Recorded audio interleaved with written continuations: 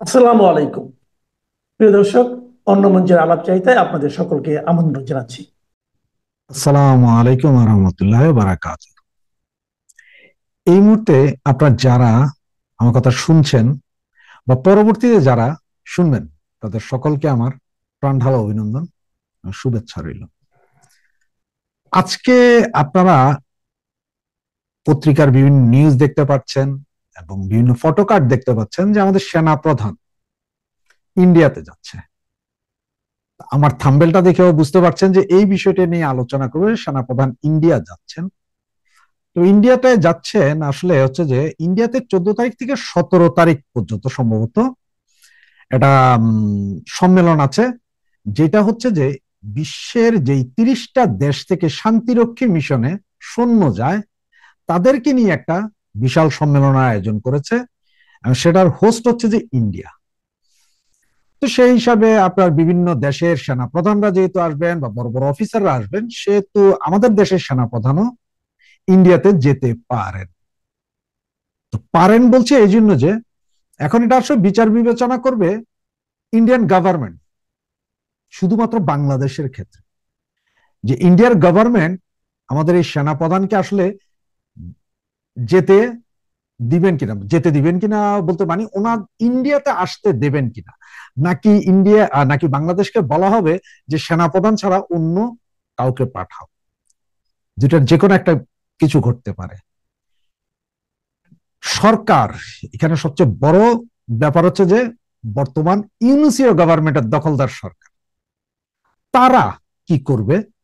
তারা করবে কি, যদি কোন অবস্থায় ইন্ডিয়া যদি আমাদের এই সেনা প্রধানকে ইন্ডিয়াতে যাওয়ার অনুমতি না দেন, তখন এই ইউনিসীয় গভর্নমেন্ট তারা সবার কাছে, আমাদের সকলের কাছে বলবেন যে ভাই, এই আমরা তো আসলে এখানে মিটিং এ সেনাপ্রধান যাওয়ার কোনো প্রয়োজন নাই, তাই আমরা একজন অফিসার পাঠাইছি, কারণ এইখানে এইসব মিটিং এ এত বড় সেনাপ্রধান যায় কি লাভ? হইতে পারে। আর যদি সেনাপ্রধান যাইতে পারে, তাহলে এবার এদিকে আবার ব্যাপক গুঞ্জন শুরু হবে কি হচ্ছে। তবে একটা জিনিস আমার যতটুকু মনে হয়, হয়তো আপনাদের কাছে মনে হতে পারে যে দেখেন, বর্তমান সরকার সেনাপ্রধানকে হয়তো পাঠাইতে পারে, যদি ইন্ডিয়া রাজি হয় তাহলে সেনাপ্রধানকেই পাঠাবে। তার কারণ কি জানেন? ওই যে জামাতের বৃহৎ ফকিন্নি নেতা, তিনি বলেছিলেন যে 50 লক্ষ যুবক রেডি, ওনারা গাজবাতুল কিন্দ করবেন। কিন্তু উনি জানে না যে 50 লক্ষ রাইফেলও সারা বাংলাদেশে নাই। সমস্ত বাহিনী বৈধ অবৈধ সব অস্ত্র মিলে 50 লক্ষ নাই। এরপরে গাজবাতুল হিন্দ করতে যাবেন, আর ইন্ডিয়া পারমাণবিক শক্তিধর দেশ, ওরা বৈশা থাকবে যে ভাইয়া আপনারা আসেন, আমাদেরকে কচু কাটা করেন, আমরা বসে আছি, আপনাদের গাজবাতুল হিন্দ করেন। তো এই বিষয়ে হয়তো মাপ চাওয়ার জন্য, ক্ষমা চাওয়ার জন্য আমাদের সেনাপ্রধানকে পাঠাইতে পারেন যে সেনাপ্রধান সাহেব প্লিজ আপনি একটু যান, যে এটা ক্ষমা প্রার্থনা করে আসেন, যেগুলো যা হয়েছে ভুল বুঝাবুঝি হয়েছে। এছাড়াও আপনারা জানেন যে বর্তমানে এই যে খাদ্য সংকট চলছে, যেটা আপনাদেরকে স্বীকার করবে না এখন।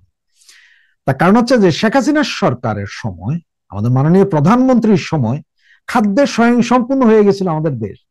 সব গোডাউন, সবকিছুতে খাদ্য ছিল, যার কারণে এখনো টিসিবি থেকে অন্যান্য যেসব মাল বেড়ে আপনারা দেখেন যে মাননীয় প্রধানমন্ত্রীর সে নাম আছে, চাউলের বস্তা, ডাউলের বস্তা, তেলের বস্তা সব জায়গায়।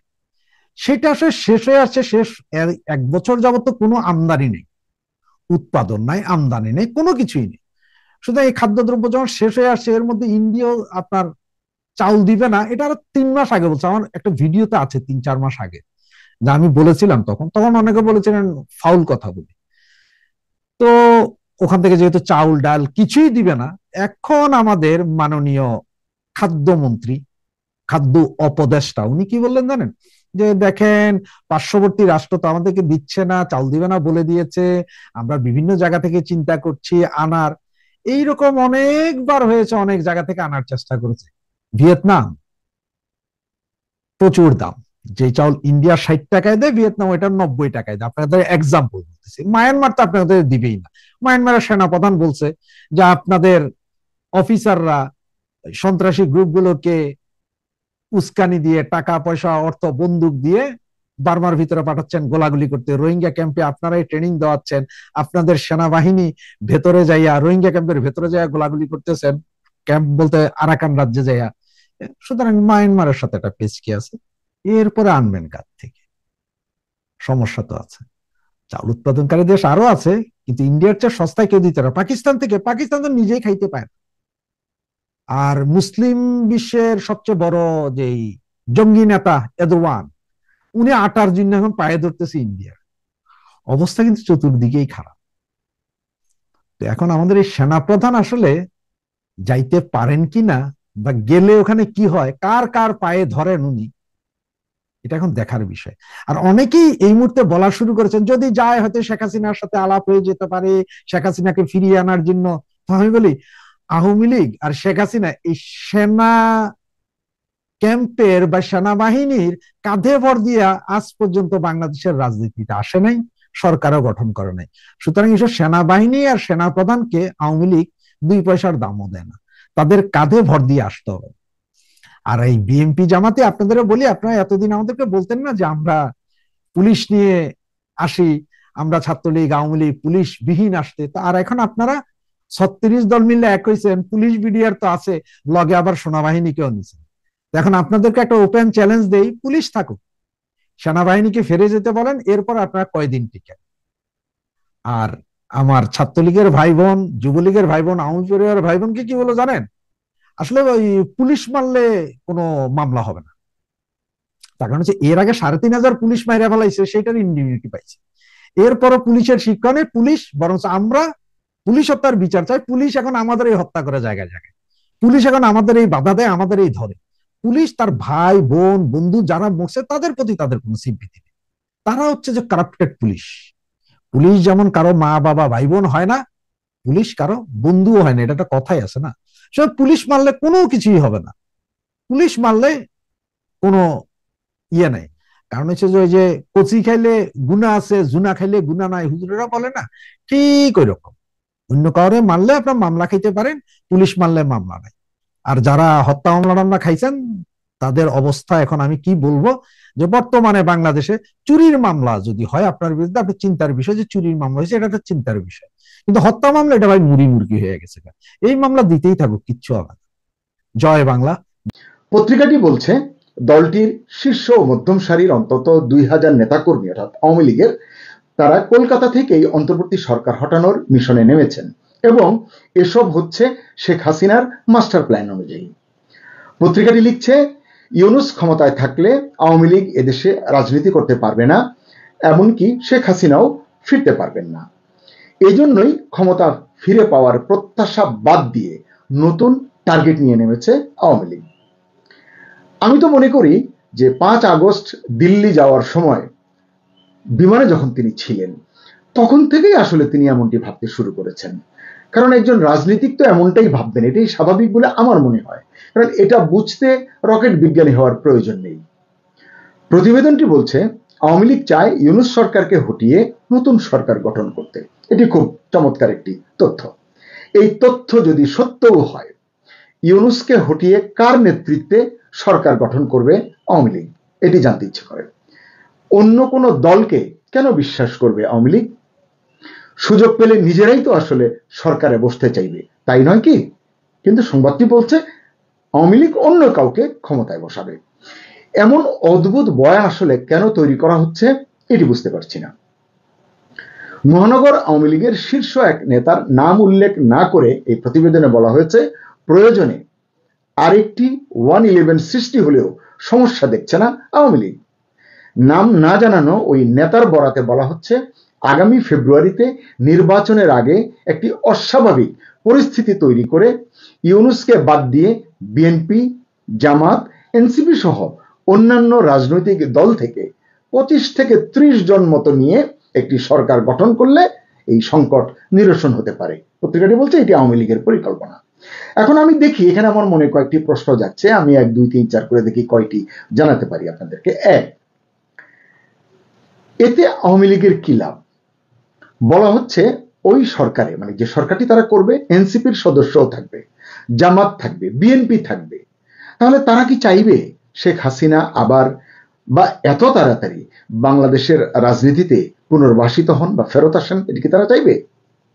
2, এমন কল্পনার সরকার, মানে যেভাবে তারা কল্পনা করছেন, এমন কল্পনার সরকার হলে সেখানে সেনাবাহিনীর ভূমিকা কি হবে? সেনাবাহিনীর ভূমিকা ছাড়া তো কোনো সরকার আসলে এগোতে পারবে না, কাজ করতে পারবে না। তাহলে প্রশ্ন, সেনাবাহিনী কি আওয়ামী লীগকে খুব সহজে রাজনীতিতে সামিল হতে দেবে? বর্তমান প্রেক্ষাপট কি বলে? 3, যে মামলাগুলো ইতিমধ্যে হয়েছে আওয়ামী লীগের নেতাকর্মীদের বিরুদ্ধে, যেগুলোর বিচার কাজ চলছে, এর মধ্যে সত্য মামলা আছে, মিথ্যা মামলাও আছে, সেগুলোর আসলে কি হবে? আন্তর্জাতিক অপরাধ ট্রাইব্যুনালের যে কর্মকাণ্ড বা যে প্রসিডিংস, সেটা কোথায় গিয়ে শেষ হবে? 4, নতুন সরকার কি রাতারাতি সব স্থগিত করে দেবে? মানে এই যে কল্পনার যে সরকার, এটা যদি হয়, তারা কি সব স্থগিত করে দেবে বা দিতে পারবে?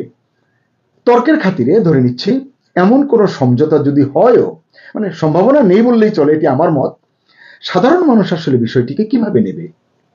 5, নতুন সরকারে থাকা দলগুলো আওয়ামী লীগকে নির্বাচনে অংশ নিতে দেবে? যদি না দেয় তাহলে কি লাভ আওয়ামী লীগের? কারণ এই দলগুলো কি জানে না ফ্রি, ফেয়ার এবং ক্রেডিবল ইলেকশন যদি হয়, আওয়ামী লীগ সেখানে ভালো রেজাল্ট করবে?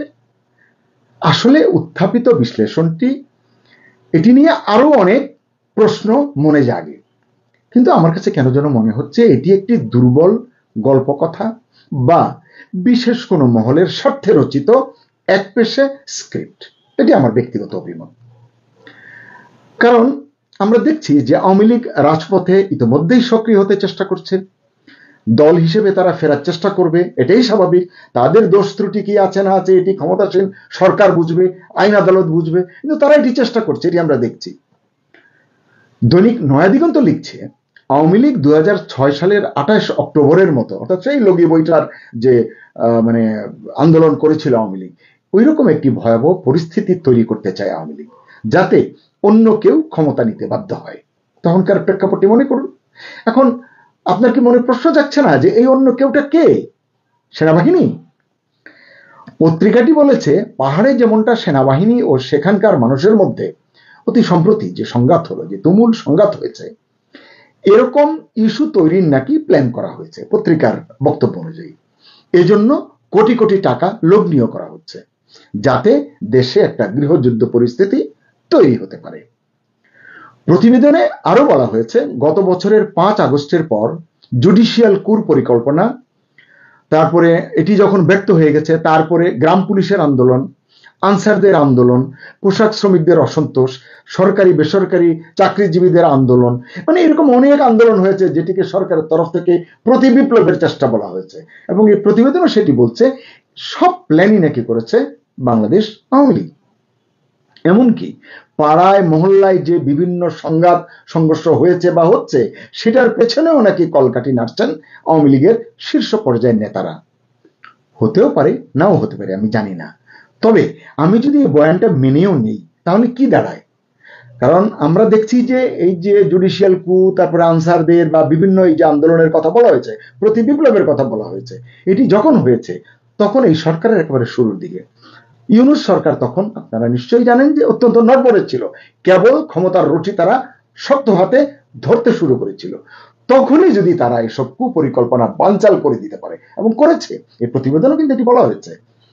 এখন এই 14 মাস পরে সরকার তো অনেক অভিজ্ঞ, সেনাবাহিনী, পুলিশ, র্যাব, আনসার যা যা আছে, এমনকি প্রশাসনকেও নানান ধরনের পুরস্কার উপহার দিয়ে তাদেরকেও খুশি করা হচ্ছে। সবাই তো এখন সরকারের কথা শুনছে বলেই মনে হয়। তাহলে এখন কি এই কল্পিত সংঘর্ষ, এই কল্পিত যুদ্ধ সংঘাত, এগুলো কি সরকারের জন্য খুব বেশি সমস্যার সৃষ্টি করতে পারবে? আমার তো মনে হয় না। যদি না হয়, তাহলে এমন অদ্ভুত বয়ান কেন তৈরি করা হচ্ছে? এ ধরনের যে কল্পনাশ্রয়ী অস্থিরতা তৈরির যে একটি চেষ্টা, এর পেছনে সরকারের হাত বা চিন্তা কি থাকতে পারে, যার দোহাই দিয়ে আসলে ভিন্ন মত দমনে বা আওয়ামী লীগের নেতা কর্মীদের দমন করতে আরো কঠোর হবার উপায় বা যুক্তি খুঁজে পেতে পারে আইন শৃঙ্খলা রক্ষাকারী বাহিনী? নাকি এই অজুহাতটা করা হচ্ছে অন্য কেউ বা অন্য কোনো শক্তি যেন সাহায্য করার নামে আমাদের উঠানে এসে দাঁড়াতে পারে? অনেক প্রশ্ন কিন্তু মনে যাচ্ছে। আসলে আমি আলোচ্য সম্ভাব্য যে অস্থিরতার কথা বলা হচ্ছে, এর পেছনের যৌক্তিক কারণগুলো খুঁজছি, সেটি আসলে আমি বুঝতে পারছি না। এই প্রতিবেদনে বলা হয়েছে গত 5 আগস্টের পর মব জাস্টিসের ধোঁয়া তুলে শিক্ষার্থীদের খেপিয়ে তোলার চেষ্টা করা হয়। এর পেছনে ছাত্রলীগের কট্টরপন্থী গ্রুপটি কাজ করেছে প্রতিবেদন মতে। যদিও এই প্রতিবেদনে বলা হয়েছে এ পর্যন্ত তাদের সব প্ল্যান ভেস্তে গেছে, বরবাদ হয়ে গেছে, এই প্রতিবেদন বলছে। এই কারণেই আসলে আমার কাছে স্ক্রিপ্টটি যথেষ্ট দুর্বল মনে হয়েছে।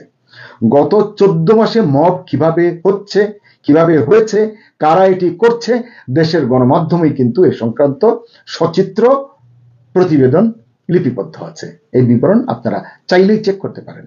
হ্যাঁ, আমি অস্বীকার করছি না, পরাজিত শক্তি হিসাবে আওয়ামী লীগকে আমরা যখন বলছি পরিস্থিতি অস্থিতিশীল করবার চেষ্টা যে তারা একেবারেই করেনি বা করতে পারে না বা করবে না, এটি আসলে আমি ভাবতে কাউকে বলছি না।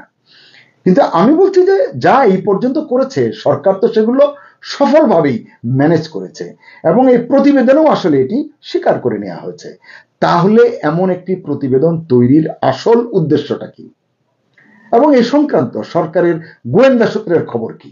এটি তো তারা সরকারকে সবার আগে দেওয়ার কথা, প্রতিবেদনে সাংবাদিক এটি পাবার আগে। এ বিষয়ে কিন্তু এই প্রতিবেদনে কিছুই বলা হয়নি। যুবলীগের এক কেন্দ্রীয় নেতা নাকি বলেছেন হিন্দুদের উপর হামলা, নির্যাতন ও বাড়িঘর ভাঙচুর, আওয়ামী লীগ এবং সহযোগী সংগঠনের নেতাকর্মীদের উপর হামলা, নির্যাতন ও ভাঙচুর সহ বিভিন্ন ইস্যুতে সব পর্যায়ের নেতাকর্মীদের মাঠে নামানোর প্রস্তুতি নিতে নির্দেশনা দেওয়া হয়েছে। এখানে তো আমি দোষের কিছু দেখছি না, কারণ তারা তো হামলা ভাঙচুর করতে বলছে না, বরং বলছে এগুলো থামাতে, তাদের উপরে বা দেশে যখন এই অস্থিরতা, হামলা ভাঙচুর এগুলো থামানোর জন্য তাদেরকে নামতে বলেছে। তাহলে বিশেষ কেউ কি এমন আছে যে বা যারা চায় অচল অবস্থা অব্যাহত থাকুক, এটি চলতে থাকুক? আরেকটি বিষয়, আর্থিক খাতে ধস নামানোর জন্য সাভার, আশুলিয়া, গাজীপুরের শিল্প কারখানায় নতুন করে ভয়াবহ অস্থিরতা তৈরির পরিকল্পনাও নাকি রয়েছে এবং এটির পিছনে আওয়ামী লীগ, এটি বলা হয়েছে প্রতিবেদনে। বলছে এজন্য আওয়ামী সমর্থিত অন্তত 250টি কারখানার মালিক গোপন বৈঠক করে দলটির শীর্ষ নেতৃত্বকে আশ্বস্ত করেছে এবং অর্থনৈতিক ও রাজনৈতিকভাবে ইউনূস সরকারের বিরুদ্ধে জনরোষ তৈরির মাস্টার প্ল্যান নিয়ে কাজ করছে। এটি নাকি নির্ভরযোগ্য সূত্রে জানা গেছে। আমি জানি না কোন নির্ভরযোগ্য সূত্র থেকে তারা এই তথ্যটি পেয়েছে। কেন বললাম? কারণ দেশের আর্থিক খাত, ব্যবসা বাণিজ্য, শিল্প খাত যা যা আছে, আইন শৃঙ্খলা, এগুলো ধ্বংসের জন্য কি অন্য কাউকে আসলে কষ্ট করতে হচ্ছে বা হবে? এই জন্য তো বর্তমান সরকারই যথেষ্ট, তাদের যে কর্মপদ্ধতি সেটিই যথেষ্ট। আর এই যে 250 জন শিল্প মালিকের কারখানার কথা বলা হলো, এটি সহজ প্রশ্ন। একজন শিল্প মালিক কেন তার নিজের তৈরি কারখানা ধ্বংসের খেলায় নামবেন? এটি কি তিনি করতে পারেন? এটি তো তার কাছে তার সন্তান তুল্য। এটির জন্য কত প্রাণপণ করেছেন, সংগ্রাম করেছেন। হ্যাঁ, এখনো তো একটি রাজনৈতিকভাবে একটি বৈরী পরিবেশে তিনি আছেন, কিন্তু তাই বলে নিজের গড়ে তোলা, নিজের হাতে গড়া প্রতিষ্ঠানকে তিনি ধ্বংস করতে পারেন, এই খেলায় নামতে পারেন? আমার মনে হয় না। আসলে এটি কেবল টোকাই যারা বা উন্মাদ যারা, তারাই আসলে এমনটি ভাবতে পারে। শিল্প মালিকরা টিকে থাকার জন্য কি অমানবিক সংগ্রাম করছে, এটা দেখার চোখ যাদের নেই, তারা আসলে নিজের ছায়ার সঙ্গে অনবরত লড়াই করছে এবং করতে থাকবে, কারণ এটাই তাদের নিয়তি।